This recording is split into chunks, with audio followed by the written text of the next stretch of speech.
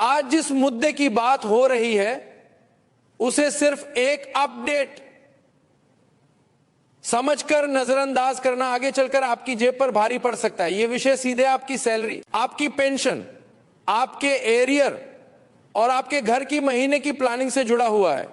इसलिए आधी अधूरी जानकारी, वायरल दावे या किसी एक लाइन के आधार पर तुरंत निष्कर्ष निकाल लेना सही नहीं है। कोशिश यही है कि पूरी तस्वीर आपको एक ही जगह साफ भाषा में समझ आ जाए, ताकि बार बार अलग अलग जगहों पर जाकर टुकड़ों में जानकारी ढूंढने की जरूरत ना पड़े। सबसे पहले जिस तारीख का बार बार जिक्र हो रहा है वह है जनवरी 1, 2026। 8वें केंद्रीय वेतन आयोग की चर्चा में इसे आधार तारीख की तरह देखा जा रहा है। यहां एक बात बिल्कुल स्पष्ट समझिए, आधार तारीख का मतलब यह नहीं होता कि उसी दिन से हर कर्मचारी या हर पेंशन धारक के खाते में बढ़ी हुई रकम आ जाएगी। आधार तारीख का मतलब यह होता है कि जब भी नई सिफारिशें लागू होंगी, गणना का शुरुआती बिंदु इसी तारीख को मानकर किया जा सकता है। यानी अधिकार और लाभ की गणना पीछे से इसी डेट के आधार पर तय की जा सकती है और फिर उसी के मुताबिक एरियर का हिसाब बनता है।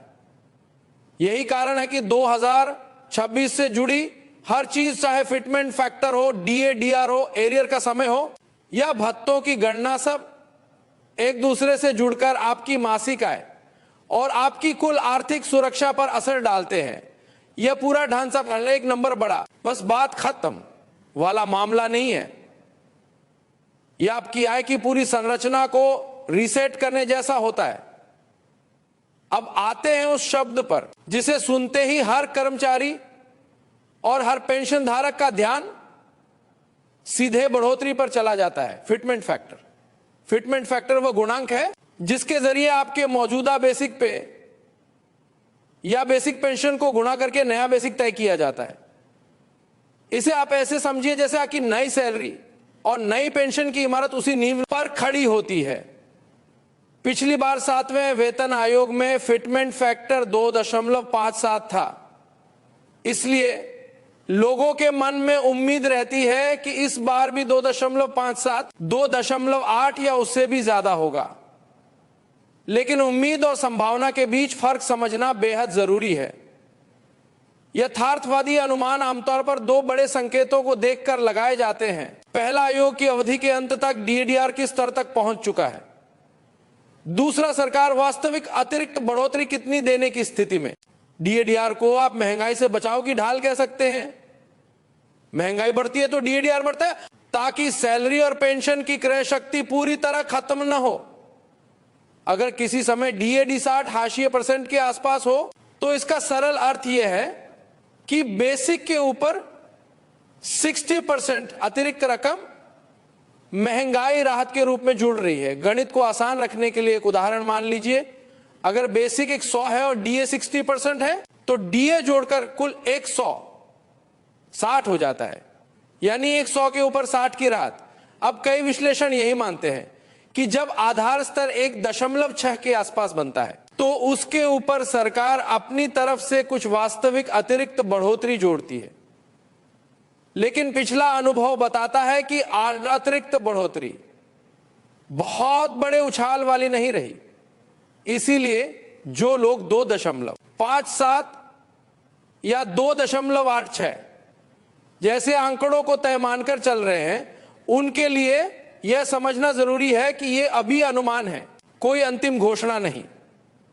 अगर मौजूदा परिस्थितियों में अतिरिक्त बढ़ोतरी को 15% से 20% के आसपास मानकर देखा जाए तो 1.6 के आधार पर कुल फिटमेंट फैक्टर लगभग 1.84 से 1.92 के बीच बैठता दिखता है। यही वजह है कि कई जगह 1.92 को यथार्थवादी अनुमान तौर पर चर्चा में रखा जाता है। ध्यान रहे, यह अंतिम सत्य नहीं है, न ही आधिकारिक घोषणा, लेकिन अनुमान की भाषा में यह जमीन से जुड़ा हुआ आंकड़ा माना जा रहा है, क्योंकि यह डीएडीआर की स्थिति और सीमित अतिरिक्त बढ़ोतरी दोनों को साथ रखकर निकाला जाता है। अब यह फिटमेंट फैक्टर आपकी सैलरी में क्या बदलाव लाता है, इसे भी सीधे सीधे समझिए।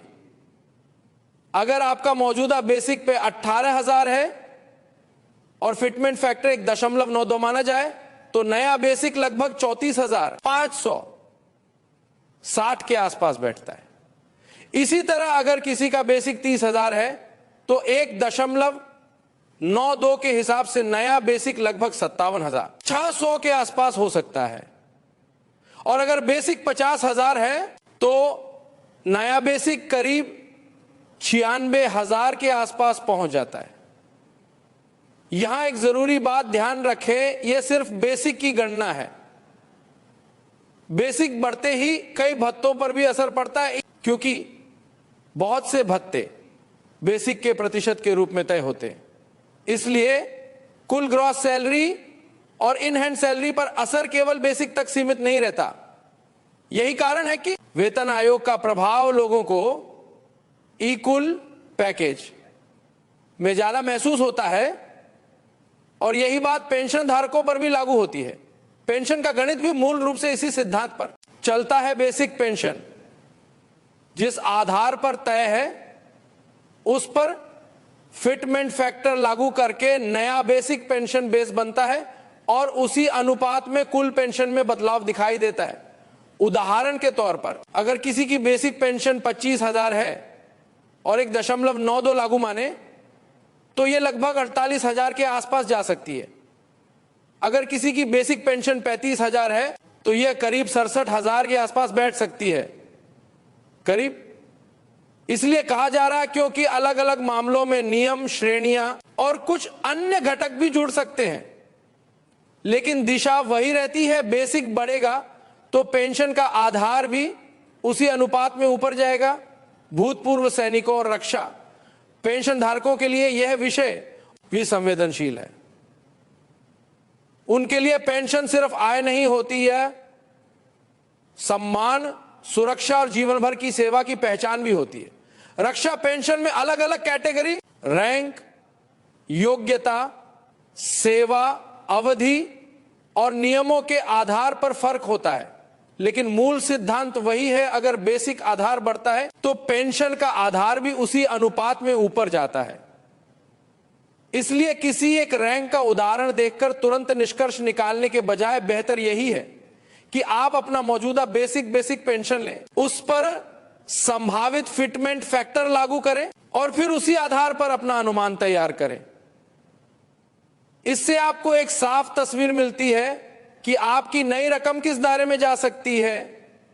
अब आते हैं उस हिस्से पर जो लोगों को सबसे ज्यादा आकर्षित भी करता है और सबसे ज्यादा भ्रमित भी। एरियर शब्द सुनते ही कई लोग मान लेते हैं कि अब कोई बोनस मिलने वाला है, लेकिन सच यह है कि एरियर कोई बोनस नहीं है।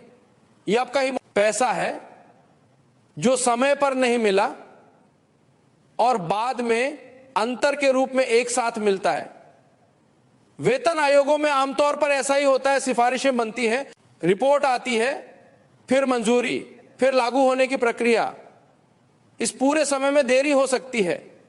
अगर आधार तारीख 1 जनवरी 2026 मानी जाती है और वास्तविक लागू होने की तारीख बाद में आती है तो इन दोनों तारीखों के बीच हर महीने पुराने और नए वेतन पेंशन का अंतर जुड़ता जाता है। यही अंतर आगे चलकर एरियर बनता है।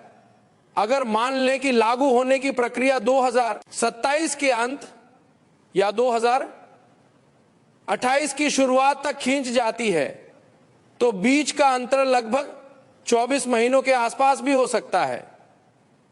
यानी जनवरी 2026 से लेकर दिसंबर 2027 तक का अंतर जोड़कर एक साथ भुगतान होने की संभावना बन सकती है, बशर्ते आधिकारिक आदेशों में आधार तारीख वही रखी जाए। यही वजह है कि लोग एरियर को लेकर इतने उत्सुक रहते हैं। लेकिन यह भी समझिए, एरियर की राशि हर व्यक्ति के लिए अलग होगी, क्योंकि यह आपकी बढ़ोतरी के अंतर पर निर्भर करती है। जिसके बेसिक में अंतर ज्यादा बनेगा उसका एरियर ज्यादा होगा, जिसके बेसिक में अंतर कम होगा उसका एरियर कम होगा। एरियर कई परिवारों के लिए लंबित जरूरतें पूरी करने का मौका बन सकता है। कर्ज निपटाना, घर की मरम्मत, बच्चों की फीस, इलाज का खर्च या जीवन में रुकी हुई योजनाएं। लेकिन एरियर से जुड़ा एक व्यावहारिक पहलू भी है जिसे अक्सर लोग भूल जाते हैं, टैक्स। जब एरियर एक साथ मिलता है तो टैक्स प्रभाव भी सामने आता है। कई लोग बड़ी रकम देखकर खुशी में तुरंत खर्च का प्लान बना लेते हैं और बाद में कटौती या टैक्स गणना को लेकर उलझ जाते हैं। इसीलिए समझदारी इसी में है कि एरियर को 3 हिस्सों में सोचें। पहले जरूरी भुगतान, फिर बचत, आपातकालीन फंड और फिर बाकी खर्च। यही असली आर्थिक तैयारी है जो किसी भी वेतन आयोग के दौर में आपको मजबूत बनाती है। अब डीएडीआर की बात करते हैं, क्योंकि यही वह व्यवस्था है जो महंगाई के बीच लगातार राहत देती है। डीएडीआर आमतौर पर साल में 2 बार जनवरी और जुलाई से प्रभावी माना जाता है, जबकि घोषणा अक्सर कुछ समय बाद होती है। और जब घोषणा होती है तो उस बीच की अवधि का अंतर एरियर के रूप में भी मिलता है। यानी डीएडीआर की बढ़ोतरी सिर्फ आगे की सैलरी पेंशन नहीं बढ़ाती, बल्कि पीछे के महीनों का अंतर जोड़कर भी देती है।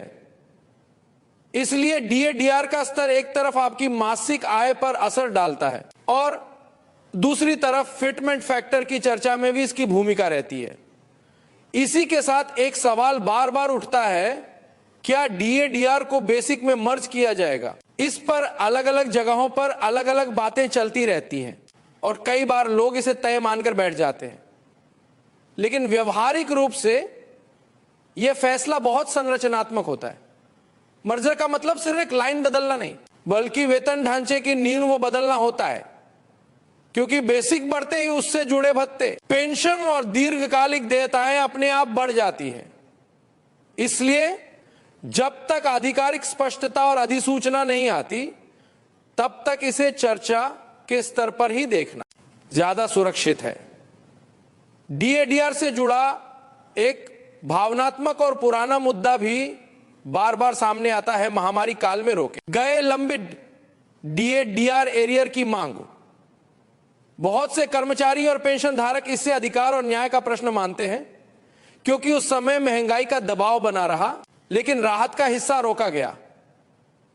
इस पर अलग अलग मंचों पर मांग, प्रतिवेदन और चर्चा होती रही है, लेकिन अंतिम स्थिति हमेशा आधिकारिक आदेशों, नीति निर्णय और न्यायिक प्रशासनिक प्रक्रिया के आधार पर ही तय होती है। इसलिए यहां भी जरूरी यही है कि आप किसी वायरल दावे के आधार पर अपनी उम्मीदें तय न करें और ठोस आधिकारिक निर्देश का इंतजार करें। अब इस पूरी चर्चा में एक बड़ा वर्ग ऐसा भी है जिसे अक्सर वेतन आयोग वाली खबरों में पीछे छोड़ दिया जाता है। ईपीएस पेंशन धारक, यानी कर्मचारी पेंशन योजना के अंतर्गत आने वाले बुजुर्ग। उनकी स्थिति केंद्रीय पेंशन धारकों से अलग है। बहुत से ईपीएस पेंशन धारकों को आज भी ऐसी पेंशन मिलती है जो बढ़ती महंगाई के सामने सम्मानजनक जीवन के लिए पर्याप्त नहीं मानी जाती। उनके लिए सबसे बड़ा दर्द यही है कि उनकी पेंशन का ढांचा महंगाई राहत से उसी तरह नहीं जुड़ता जैसे केंद्रीय पेंशन में डीआर जुड़ता है। इसलिए जब भी केंद्रीय वेतन आयोग की चर्चा होती है, ईपीएस पेंशन धारकों के मन में भी सवाल उठता है, क्या न्यूनतम पेंशन बढ़ेगी? क्या महंगाई राहत जैसा प्रावधान जुड़ेगा?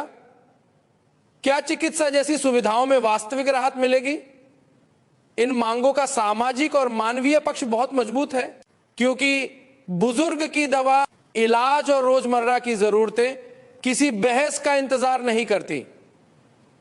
उन्हें हर महीने पूरा होना होता है। अब पेंशन धारकों के लिए एक बेहद व्यवहारिक लेकिन जरूरी विषय लाइफ सर्टिफिकेट, यानी जीवन प्रमाण पत्र। कई बार पेंशन रुकने की बड़ी वजह यही होती है कि सत्यापन समय पर नहीं हो पाया, रिकॉर्ड अपडेट नहीं हुआ या प्रक्रिया में कहीं गलती रह गई। इसलिए चाहे आप केंद्रीय पेंशन धारक हो या किसी और योजना के अंतर्गत पेंशन पाते हो, यह सुनिश्चित करना जरूरी है कि जीवन प्रमाण पत्र की स्थिति सही हो, ड्यू डेट अपडेट हो, बैंक रिकॉर्ड और पोर्टल रिकॉर्ड का मिलान ठीक हो। छोटी सी चूक कई बार महीनों की परेशानी बन जाती है और बुजुर्ग को बैंक और कार्यालय के चक्कर लगाने पड़ते हैं। ये परेशानी केवल पैसे की कमी से नहीं, आत्मसम्मान पर भी असर डालती है। इसलिए समय पर सत्यापन और रिकॉर्ड की जांच को अपनी नियमित आदत बनाना समझदारी है। अब इस पूरी तस्वीर को एक साथ जोड़कर देखें तो साफ समझ आता है कि 2026 से शुरू मानी जा रही प्रक्रिया सिर्फ वेतन बढ़ोतरी नहीं है, यह आपकी मासिक आय, भविष्य के एरियर, डीएडीआर और आपकी आर्थिक सुरक्षा के ढांचे को प्रभावित करती है। फिटमेंट फैक्टर का अनुमान आपको दिशा देता है, एरियर की संभावना आपको तैयारी का आधार देती है और डीएडीआर की व्यवस्था आपको महंगाई के बीच लगातार राहत देती है। लेकिन सबसे महत्वपूर्ण बात यही है, वास्तविक लाभ वही होता है जो आधिकारिक अधिसूचना में लिखा होता है। इसलिए अफवाहों, अतिरंजित दावों और जल्दबाजी से बचना जरूरी है। गलत उम्मीदें कई बार मानसिक तनाव पैदा करती है और आर्थिक निर्णय भी बिगाड़ देती है। अगर आप चाहते हैं कि ऐसे ही साफ, उपयोगी और तथ्य आधारित अपडेट आपको आगे भी मिलते रहें तो सब्सक्राइब कर लीजिए और नोटिफिकेशन ऑन रखिए। कई बार फैसले की एक छोटी सी लाइन से बड़ा बदलाव निकलता है और सही समय पर सही जानकारी मिलना ही सबसे बड़ा फायदा होता है।